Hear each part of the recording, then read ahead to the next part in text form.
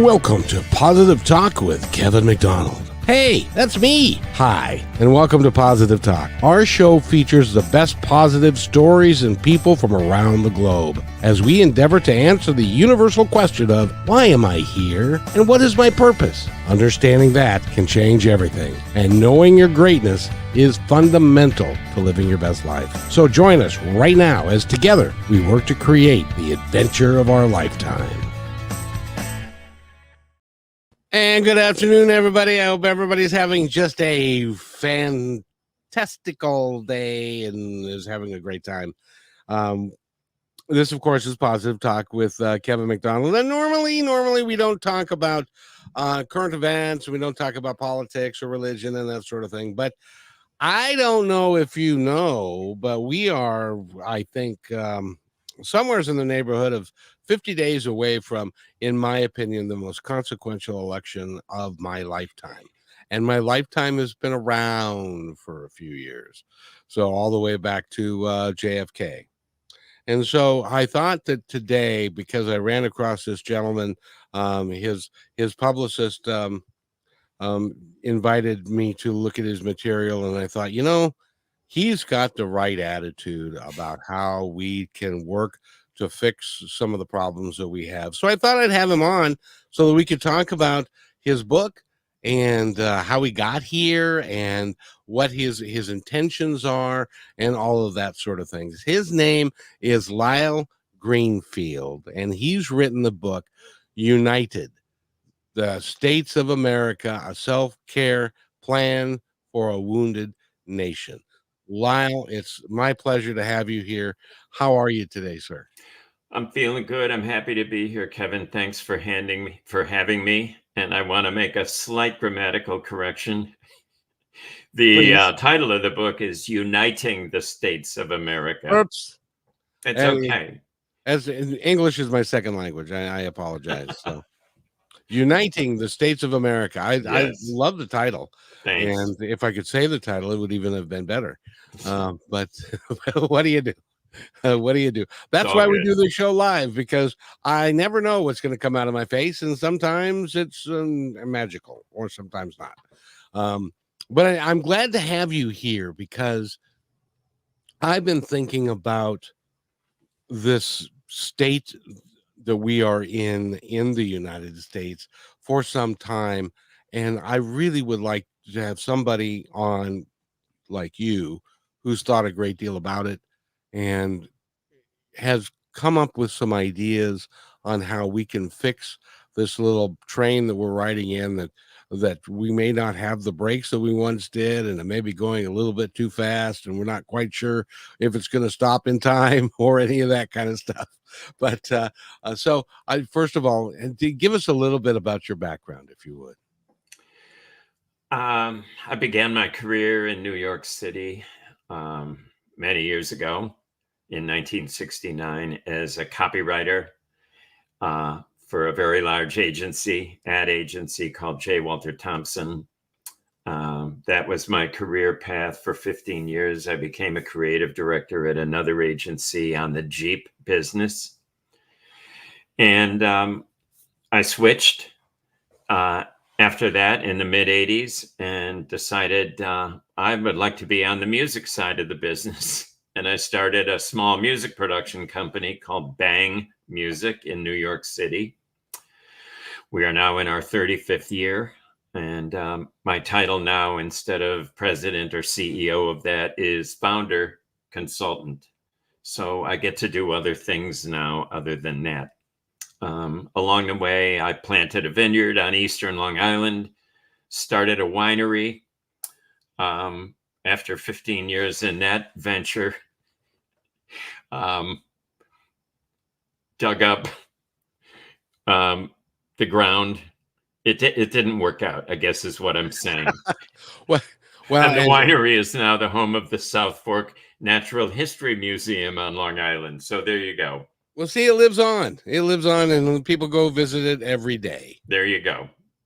And that's really cool. I know that global warming and climate and all that kind of stuff had a lot to do with how come it wasn't able to be successful. Because it takes, people may not know this, and but I was in the restaurant business, so I did a lot of studying about wines.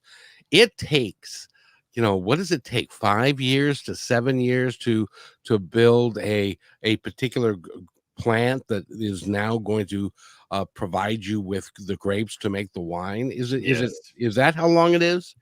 It's close to that. They do what they can to speed up that process and get it to 3 years for a first small crop. But yeah, at the 5 year mark, usually a full yield. Um, And so that what that means, Lyle, is that you are not making any money off this land for 5 years. So it's can be that's why there aren't more vineyards out there, I think, because it's a difficult process to get started and to it move really forward. is. I mean, people smart, far, far smarter than myself have succeeded ultimately. Um, Maybe they learned a little bit from mistakes that I made. Um, it's a vibrant, if very, very small wine region now on Eastern Long Island. And my former winemaker is one of the most esteemed wine masters on the East End, and actually wrote a definitive book on Long Island winemaking. His Oh, name is cool. Richard Olson Harbeck, and still a very, very great friend of mine today. Now you were a music producer and had that for 35 years. Are there any names that you can are willing to, like drop to our audience of folks that have come and created some magic in your studios? Well, the studio, our principal mission was doing music, original music for commercials, advertising, advertisements for TV and radio, etc. And over the past decade and a half, we've gotten much more involved uh, in addition to that, in original music and mixing and sound design for television, documentaries, podcasts, as a matter of fact. And so, in terms of famous people, they came in to do maybe a public service announcement, like the rapper actor known as Common, and the actress Lucy Liu. Oh Kevin yeah. Bacon came into the studio to again do a public service commercial, and other things we've done. So many major brands we've done music for, whether it was Budweiser, Heineken, Coca-Cola. Well, Anyway, good yeah, for you. There was you've heard of Barry Manilow, of course. yes, of course. He did way back when, before he became a songwriter of his own songs, he did jingles. I know. Um, so it was, and in one of his albums, he went through some of the jingles that he did, and they were really, really well known. There were guys. Do you know the name Mark Cohen? Oh, sure. Uh, One of the first, jingle singers I hired on a beer account was Mark Cohen. Another guy we saw in the studio singing commercials was Michael Bolton. Oh, Michael Bolton was singing commercials at one point. My Oh goodness. yes, at a time when everybody liked the high notes that the male singer could reach, back in the days of Foreigner, for example, and Journey. Yeah, yeah. It's a marvelous career that you've had, and congratulations on a life well lived. Thank you. And one of the things I wanted to just mention about music, um, I had a gal on my show. Her name is Mary Jackson, and she's got a couple of kids that do that's are singers. And when I was interviewing Mary, because she works with autism and she's real big with special needs kids. Her Yeah. kids are special needs, and so she really is a wonderful human being. And Elizabeth came on and I said, "Boy, your mom is like a mama bear. She just doesn't stop. She just won't." And she said, "No, she's the wind beneath my wings." And Sweet. so I said to myself, "Wow, I need for them to record that song." So they did. Are you serious? Yes. Oh, that's great. And Ted Perlman, who is he's produced people like Whitney Houston and Bob Dylan and many, many others. He produced that song for us, and we're about ready to release it to the world in the next day or two. It's Wow. just what they've done is with it is just remarkable. So I'm now uh, I'm now an executive producer of a particular song. But I tell you, it is hard with all the regulations and all the things you have to do to get these things out there and to follow all the stuff that the BMI and ASCAP and all that kind of stuff does. It's a pain in the butt, quite frankly. Yeah, it's not easy. And in terms of the business in modern times, maybe we grew up at a time when there were records came on vinyl discs. And today, it used to cost a lot of money to go into a recording studio, either as a solo artist or with your band. But for not that great an investment, a kid can go in his bedroom and record a whole album and post it on SoundCloud or TikTok or what have you. So, some people will say in that regard, the music business has been democratized because anyone can get into it. But it's still like a lottery victory if you win, meaning if you get noticed, if you get the likes, the followers, the traffic to that song or that site. And then to your point, it's back to, okay, now I have to take care of the copyright issue. And it's BMI, ASCAP, whatever, and both sides of the publishing equation. And will I ever get picked up by a label? It's complicated. And even I've talked to bands that got picked up by a label, and when they got picked up, they were like, "Woohoo! We're all picked up now." But what it is, basically, it was nothing more than a glorified loan. If their songs did not produce enough revenue, then they had to pay that money back. Yeah, it's a part of the business that I've never really, been in and probably dreaded the idea of. I don't blame you. Like, what the heck? No, So thanks. But it's, exactly. I love to read about and follow, popular artists and popular culture. And I'm fascinated when someone emerges because, suddenly the internet got hold of their TikTok thing or the SoundCloud thing. I mean, this was to some extent the case with Billie Eilish and her brother Phineas, and with the outrageous rapper Lil Nas X, a guy who I believe, at least as the lore goes, was recording his music in the kitchen closet of his aunt's house. Yep. Okay. Next thing you know, he's got a #1 hit for 15 weeks in a row on the Billboard, Hot 100. Exactly. And there's one thing, since you and I are of this, you're a little titchy older than me. Damn. And Sorry. that's quite all right, because you remember I was 7 years old in '64 when the Beatles were on the Ed Sullivan Show. Okay. But I followed the Beatles obviously all the way through 70 when they broke up, and then Paul McCartney after that. And there's a new artist that's out there now that is breaking records and doing some incredible things, Taylor Swift.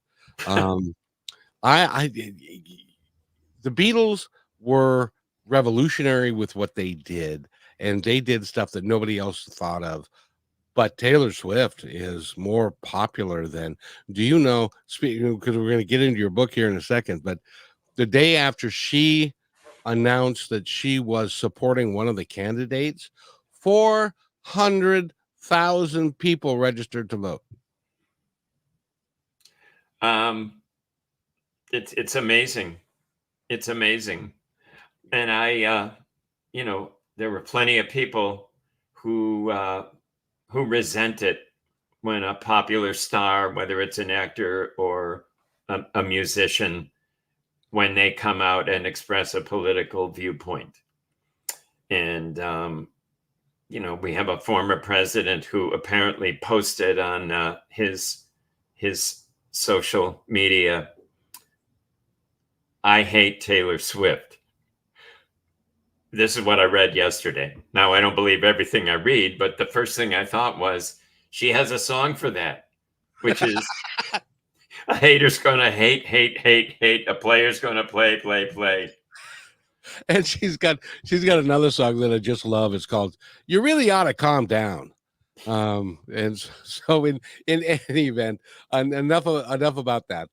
That'll take care of itself. And but I wanted to talk to you. What motivated you uniting the States of America self-care plan for a wounded nation? What motivated you to write it? And by the way, if your timing is pretty impeccable here. Well, I hadn't thought about the timing at all, because the initial notion to do this came into my head about 3 years ago. There's and this has been going on for a pretty long time. The kind of disturbing, I'll call it disgraceful, political rhetoric that we've been hearing, Kevin. I want to say, just to keep ourselves honest here, from both sides, but maybe particularly from the far right. And, it didn't just start in this election cycle, but, as we were speaking earlier, it seems to have come to, if not a boiling point, a tipping point. There's a thing that happens in my family to me, and that is when a new grandchild is born, I start to think, I'm 77 now. What's the world going to be like? What will our nation be like when that kid is my age? Yeah. So the book is dated to Ava, is dedicated to Ava Marie, who beautiful name, was born. She's a beautiful little girl. She was born 2.5 years ago or something. At the time that I wrote her chapter called "Meet My Granddaughter," at the time that I wrote that, I thought to myself, what year will it be when Ava's my age? Oh boy. Well, at the time, whether I did the math correctly or not, and I was never that great in math, the answer was 2098. Near the turn of the next century. Yes. And this has happened with 4 of our other grandchildren, who range in age to 7.5 now. And I, by the way, by a previous marriage, I have a grandson who's almost 30. So I don't say, so when Joseph is my age. It's a little more dramatic with Ava. I thought her birth and this kind of thinking put the state of the world, the state of our country, in a certain context for me at that time. And because if we continued along the path that we're on at present, it's alarming to think what will or will not be here. And that you could include global warming in this discussion. Will we still have polar ice caps? Will any borders around the planet have been changed? Will there have been a World War III, which is daily a little bit less difficult to imagine, sadly. So I said, what will the world be like following Ava's second term as president of the United States? So this, I mentioned, I think earlier, that I'm semi-retired from the company but I do consult still with Bang Music. So I have time on my hands, and I don't play golf, and I don't play tennis, and I don't sit around playing solitaire. The thing that I think I know how to do is to speak and write in a somewhat, I hope, entertaining voice. if you will. And that's when I decided I need to sit down and figure this out. I mean, someone needs to write about this situation and actually propose a solution to it that would be accessible beyond the lecture hall of some university, beyond a political science class, beyond the people who just thrive on politics for a living. So that's what I attempted to do. And it was, for me, I'm going to call it, as a creative project, the most difficult thing I've ever undertaken. The amount of research, cross-checking, the alarm bells going off, the more I read. But in the end, there were two things that were gratifying. One is finishing it. It's like, thank God this is over. And the other was being able to hold it and share it and have a discussion with, smart, brilliant humans like yourself who would maybe share this discussion with a much wider audience. And that's why we're here right now. And that is my mission. I'm not a writer. I would like to give it a shot one day, but I don't think I've got the patience for it. But you know what I'm talking about. Oh, I do. And also the research and all of that. My job and my mission is to take people like you and put you on the biggest platform that I can find and create, so that more people can be inspired by your work and also understand where you're coming from and why it's these things that we're going to talk about, that you've written about, are so necessary to the development and continued flourishing of the United States. Because if we're not careful, we're going to end up with a bunch of problems that we really don't want. By the way, we're talking with Lyle Greenfield. He's written the book Uniting the United States, the States of America. That's I said I was so worried about saying the first word correctly, I forgot I screwed up the rest of it. But in any event, we need to take a real quick break, and we will be right back more with Lyle Greenfield. Thank you. You're listening to Positive Talk Radio. We're going to take a short break to tell you audio and music creators about our commercial affiliate, Lyric Vids, specializing in creating amazing and engaging lyric videos. Are you looking to promote your videos in the most engaging way, but you don't have an animator and an editor? Whether you're an artist, musician, or business with a message to share, our lyric videos are designed to hook viewers and amplify your reach. Go to positivetalkradio.net/lyric vids. That's positivetalkradio.net/LYRICVIDS now to get started. Welcome back to Positive Talk Radio. We hope you enjoyed learning about our affiliate, Lyric Vids, who specialize in creating captivating animated lyric videos. Now let's get back to the show.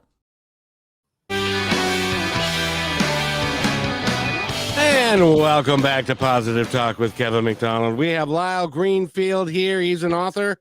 He's written a really, really good work that is going to be here for a while until, and I really think, Lyle, that this could end up being a blueprint for how a movement of people would like to move forward with our country, because we can't, I told you before we began that I started a show called My Independence Report, and people can find it on the internet. And it was about declaring our independence from hate, division, and fear. And that has become such a big deal in our culture these days that we can't continue to do that. And your plan that you're putting forth, I think is a way for us all to get together. Was that your intention, was to figure out a way and to work to get us all thinking about becoming Americans first and a political party second? Well, that was absolutely the idea, Kevin. I think the vast majority of us love this country, and I think at the same time, too many of us have forgotten what it stands for. to how often do we revisit the Constitution and the amendments just as casual reading, so we can remind ourselves of the founding documents and the promises that were made almost 250 years ago, the promises about a country that on paper were a wish list of things that the country could become, because the nation was not providing, equality and freedom and pursuit of happiness for all at the time the documents were written. But the remarkable thing is that it provided a blueprint, an outline, so to speak, for how we could become a more perfect union. And that has taken a lot of people a lot of work, sometimes through protests and millions marching, sometimes through the legal system, sometimes through laws. We're in this fuzzy territory right now where the anger and hostility, it's a little difficult to understand, to put your fingers on exactly where it's coming from, the divisiveness, so to speak. And while we hear a great deal about it, things are so divided, it's never been this way before, I think we don't hear enough about, well, here's what we got to do. I don't think we see enough commitment from elected leaders saying, here's how we're going to take care of this. So my hope was to create a manual. I thought, okay, there's thousands of self-help books out there. How to lose 20 pounds in 30 minutes. Yeah. How to make your marriage work again, or what have you. There were like dozens of videos on YouTube on how to fix your bicycle chain and how to put it back on and how to untangle it. But there doesn't seem to be, or didn't to me at the time that I started writing this, sort of, well, here's what we got to do to kind of attempt to break it down. And it has to begin from my perspective with a majority of people, including the leadership, the elected leadership, acknowledging that there's a problem. And I have a chapter called An Addiction Problem, ? The parallel that I draw comes from two sources. One is we become inured, so used to the kind of dialogue, diatribe, hostility, vitriol that we hear every day. Are we used to it? Are we no longer alarmed? And I think that it's certainly true of myself. When I hear an outrageous remark, no matter who it was from, I shrug now. As if I had just driven by a dead squirrel on the side of the road. You're like, well, there's another one. The other aspect of this is a statistic I discovered, attempted to cross-reference as much as possible. The average adult between the ages of 16 and 65 is on the internet between 4 and 7 hours a day. 2.1 of those hours are on social media. For a teenager from, let's say, 13 to 17 or 18, that average number of hours on social media is 4 to 6 hours a day. So this is all of us, and it will include, I'll just throw myself into that demographic as well. It's too much time. Now, what are we doing on social media? Where are we getting our news from the internet? I think the answer to that is that we're getting it from the sources with which we already are in agreement. And if we look at the old school, meaning people who get their news on television, which it turns out is something around 1% of the population, we think, oh my God, it's all Fox News and MSNBC and blah, blah, blah. There are only between 3 and 4 million people daily who watch those combined channels. but a lot of noise and sound bites come from those channels, which end up on YouTube and elsewhere on the internet. So that's why we feel they have a great impact on the cultural dialogue. So back to the, do we have an addiction problem? It's hard to acknowledge if you're used to being on the internet and being on your social media and checking things and posting things. It's hard to say, oh, I'm addicted to this. But my feeling is that combined with the sort of numbness that the idea that we've grown used to hearing this certain tonality, the hostility from all sides, I feel we're numb to it in a sense. Gee, I didn't know I had a drinking problem, right? I didn't know that much weed was a problem. So what about the solution? We need enough people to say, you know what, as with addiction, to acknowledge, yeah, there is a problem here.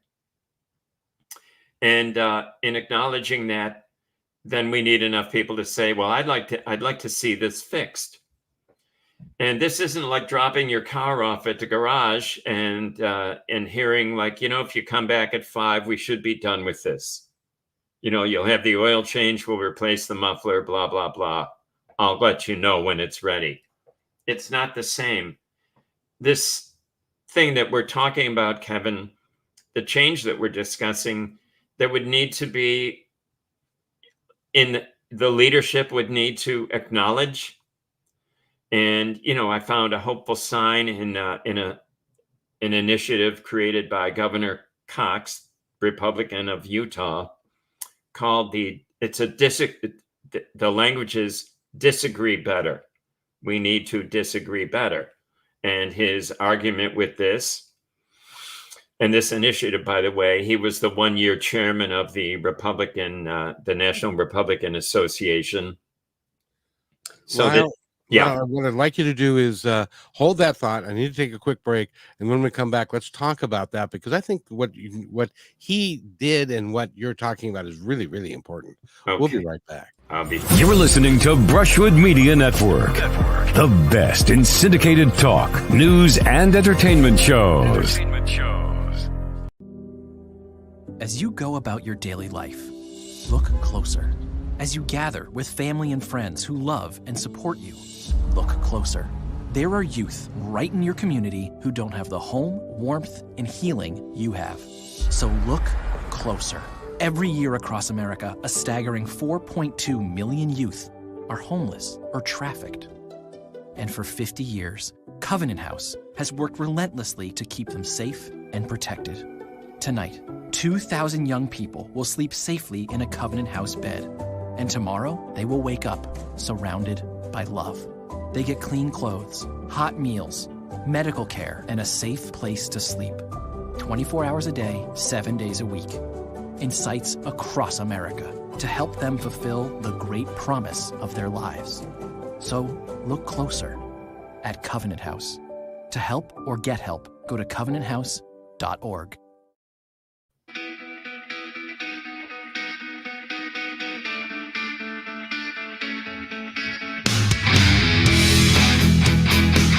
And welcome back to Positive Talk with Kevin McDonald. And I'm sorry, Lyle, I just love to play that song. It gets me juiced out. I feel like I'm in the 70s again. Lyle Greenfield is with us today. He's written the book Uniting the States of America, a self-care plan for a wounded nation, one of which is the reason I love to play the Covenant House is because they state in there that there are 4 million at-risk youth in this country every day. That is what we should be concentrating on and working together, all of us together, to figure out how to get that done and not arguing with each other. But you were mentioning the governor of Utah. Tell me what he did. Governor Cox, who I'm not sure he still is this year, but last year was the chairman. It's an annual election, chairman of the National Republican Association, National Governors Association. And each year, a governor, the chairperson, gets to design and propose their own initiative. And his initiative, the short term for it, is disagree better.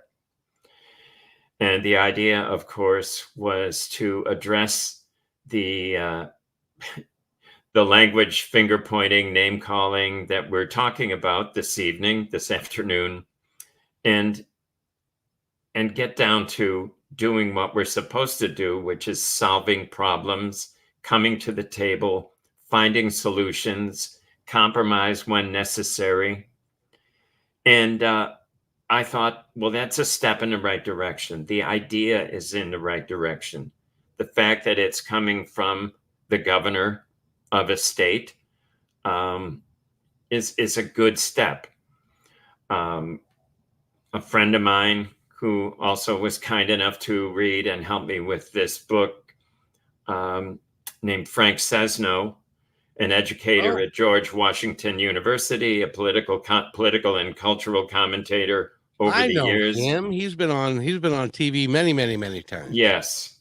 He interviewed Governor Cox. And when I was speaking to Frank about this initiative and wanting to write a little chapter about it, which I did, Frank said, be sure to question whether our elected leaders are capable of disagreeing better.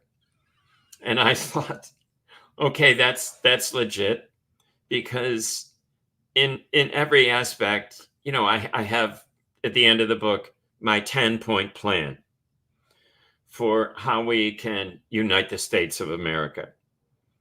And each one of the things that I cite,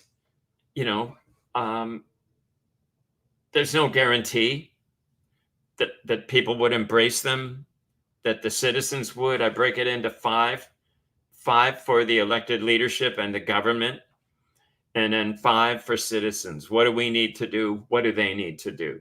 The first thing they need to do is dial down the rhetoric, find a way of, behaving nicely, speaking with each other to solve problems instead of pointing fingers and speaking to your base, because you were elected to serve, all of the people, whether it's in your county, your state, or the United States. So there we go. How do we?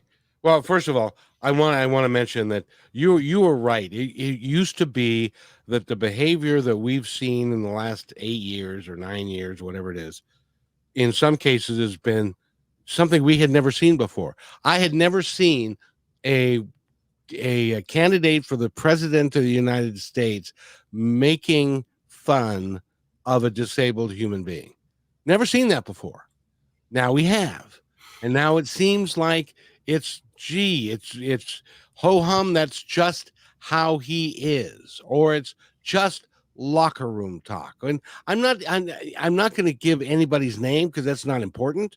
The important thing is how that is being received by so many different people of different attitudes and stuff. And those things have got to change. And so it's frustrating. And writing this book, did you get frustrated? There were several, I'll call them pit stops along the way, in which I thought, I can't do this. Like, I don't know how to answer this question. Like, I hate to sound strange about this, but I love the title of my book, but I don't know how to fulfill the title, because I made a promise and it's on the cover. So, but at the same time, I felt when I'd say put down my pen, but actually backed away from the computer, I came back and said, you know what, this is not the time for me personally, and it's not the time for this country for me to put this away and let it be some file that somebody may discover posthumously, like, oh, look what Lyle started writing. I thought, I got to see this through and find a way, and then reread it and believe in what I wrote. And so here we go. I'm really glad that you did that. The one thing that I told you that I've started a new show on Saturdays on the Brushwood Media Network, which is at 4:00 Saturdays. It's called Unscripted Politics. You know what the biggest concern of people who love me and are in my world was? Their biggest concern was not what are you going to say. Their biggest concern was, are you prepared for the hate mail? Are you prepared to worry about your children or where they are, or if somebody forgets your address and starts calling you? That's weird that we are in this particular place, and it just it is a little frightening.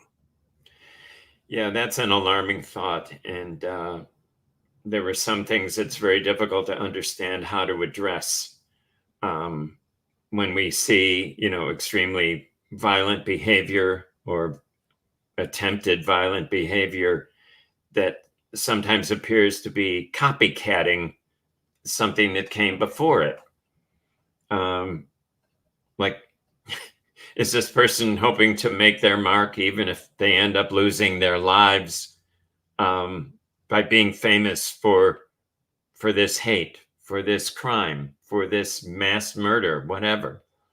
It's really alarming, and I wouldn't know how to address that. The only thing that I think we could, at least from my perspective, attempt to do is speak with thoughtful people who are willing to think or contemplate a way of doing things differently. And, as I mentioned earlier, Kevin, I did not intend this book to be for my friends or people with, the same political beliefs that I might have. I try to mask them in the book because it's my hope that, that a majority of people, Republican, Democrat, conservative, liberal, I don't care, could understand. I think there's a great deal of frustration on the right and left with the tone of voice in the country right now. We talked about a little bit, Lyle, before, because you said the right, the left, the middle, the I don't care. Well, it seems to me that we're getting a lot more I don't cares than we have ever had before, because it's like people don't want to get involved with the vitriol and the name calling and stuff, so they are backing off and not participating in. And we talked about it, and we're going to talk about it in the last 15 minutes. From the primary process forward, it is important for everybody to get involved, because if the primaries get less than, what did you say, 30%? Less than 30% of registered voters vote in the primaries, which is not a good thing. Which means that the people that we are electing to then go to the general elections are being elected by less than 70% of the people who could be voting are not. And so that person who is getting elected is probably not representing the majority. Would that be a fair statement to make? I think it's absolutely true. The research seems to bear that out.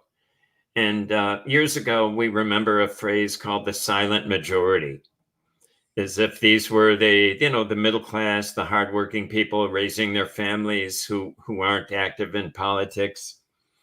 And, it now occurs to me that, the silent majority is part of the problem. They were theoretically, in days gone by, the innocent ones who were, wounded or injured by the political state of the union that ignored their wishes or ignored their needs. But the problem with the silent majority is that they're ignoring their responsibility. They need to vote. it's great that they are raising families and holding down jobs and have obligations. But in this democracy, we need to show up and vote. It's okay to take a few minutes to send an email to your congressperson or your city council person. It's important to the extent that you're able to participate, make your voice heard, so that those who are running for your vote realize that they're not simply going to appeal to what used to be their base, meaning the hard right, the hard left, whatever, that they have to appeal to the electorate, that they will represent all the people.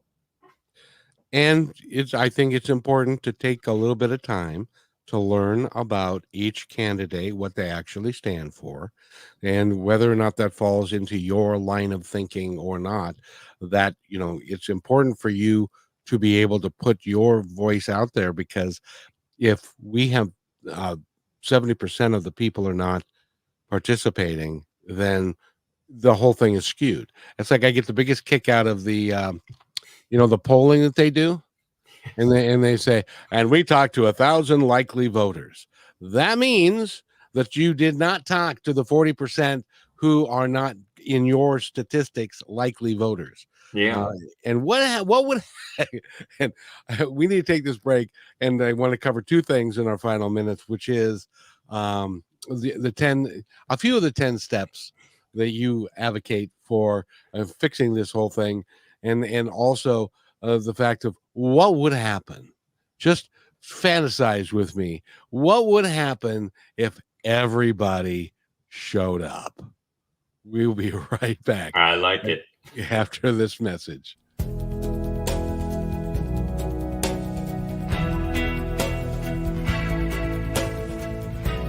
They have your eyes.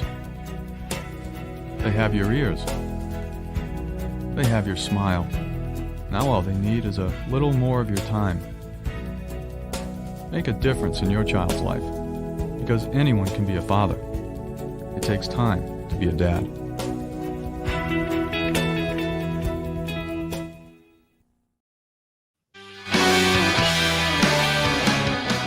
And welcome back to Positive Talk with Kevin McDonald. Lyle Greenfield is with us today. He's an author. He is a winemaker. Let's see if I can get this right. He is a music producer, a winemaker, a bunch of stuff when he was younger, and now he's an author. He's written a book, Uniting the States of America, a self-care plan for a wounded nation. I would love your opinion. Just what do you think would happen? First of all, they'd run out of paper if everybody showed up to vote when on election day, and we had 100% turnout, which is, we're spoiled here. We must be, because in some parts of the world, they would die to be able to have a free election, and so that they could speak their mind. We have that, and yet we don't take advantage of it. But if everybody did take advantage of it, what do you think would happen? I think, number one, that would be a very good thing. Number two, if we believe in our democracy, we could believe that the people have made their decision, have expressed themselves and made their choice. Number three, if the politicians, if those campaigning understood that everyone was going to vote, everyone's going to show up, I believe that they would have to not simply address their base, but speak to the entire nation and understand that, look, this is now going to be necessary. You need to moderate your language. You need to, stop the finger pointing and name calling, because you need those votes from those people who may not inherently believe in what they think you stand for. So I think the campaigning would be more to, I guess we could say the center, the middle, as opposed to campaigning to the left, campaigning to the right. Whoever wins in our current election, nobody's getting everything all at once. we do have these, I know that a lot of questions in the wind, and nothing can address them all immediately, but we have these checks and balances. We have the two houses of Congress. Nobody's getting everything all at once. There are steps forward, and I just think it would be a far better thing if we showed up, if we recognized that the alternative, and there are plenty of places to point to around the planet, is that if you disagree with the leadership, you could end up in jail. Or Yep. better yet, pushed out of an airplane and have the whole thing ended suddenly. It is amazing that happens all over the world. We are lucky in that the elections have been proven. Now, some people would disagree with me, but that's too bad. The elections have been proven to be fair and honest. As an example, in my state of Washington, we do not go to the polling places. We are all 100% voting or write-in ballots. Wow. We don't have any issues with that. It doesn't seem to be a problem for us, but for other folks, it seems to be. But I want to get to. We've just got a few minutes left, Lyle, and you've got a 10-step plan at the end of the book. I don't want to steal the thunder of the 10 steps, but if you have a favorite one, or and the other thing I wanted to mention is when we're talking about voting and we're talking about the voting rolls, the Republican Party or the Conservative Party, or however you want to phrase that, I don't know, is a little older.